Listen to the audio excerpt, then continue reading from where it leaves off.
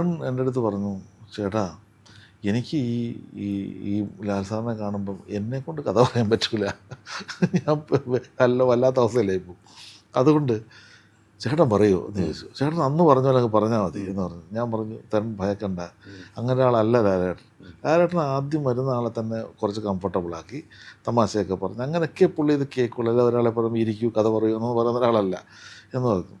അപ്പോൾ അതുകൊണ്ട് ആ തരം പേടി വേണ്ട. എന്നിട്ടും എന്നെ വിളിച്ചു പറഞ്ഞു, എന്നാലും വേറെ എന്തെങ്കിലും വഴിയുണ്ടോ? ഞാൻ പറഞ്ഞു, ഒരു വഴിയുണ്ട്, കാണുമ്പം പേടിക്കുന്നതുകൊണ്ടല്ലേ, ഈ അല്ലാതെ പറയാൻ ഒരു ബുദ്ധിമുട്ടില്ലോ ഇല്ല എന്ന് പറഞ്ഞു. അങ്ങനെയാണെങ്കിൽ സ്റ്റുഡിയോയിൽ പോയിട്ട് അതങ്ങ് റെക്കോർഡ് ചെയ്താൽ മതി. സത്യസന്ധമായിട്ട് അറിയാം, റെക്കോർഡ് ചെയ്തു. ഇത് മുഴുവൻ എല്ലാം ടോട്ടൽ വായിച്ച് റെക്കോർഡ് ചെയ്തു. ഒരു സ്റ്റുഡിയോ റെക്കോർഡ് ചെയ്ത് എഡിറ്റ് ചെയ്ത് പിന്നെ എഡിറ്റ് ചെയ്ത് കഴിഞ്ഞിട്ട് എനിക്ക് അയച്ചു തന്നു. അപ്പോൾ നമ്മൾ അതിൽ നിന്ന് കുറച്ചുകൂട്ട് ട്രിം ചെയ്ത് അങ്ങനെയൊക്കെ കാര്യങ്ങളൊക്കെ ചെയ്തിട്ട് പിന്നെ അവിടെ ഇവിടെയൊക്കെ ചില സ്ഥലത്ത് മറ്റേ മ്യൂസിക്, ചില എഫക്ട്സ് ഒക്കെ ഇട്ട് ഒരു ഒരു ഒരു ശബ്ദരേഖ കേൾക്കുന്ന മാതിരി പുള്ളി റെഡിയാക്കി.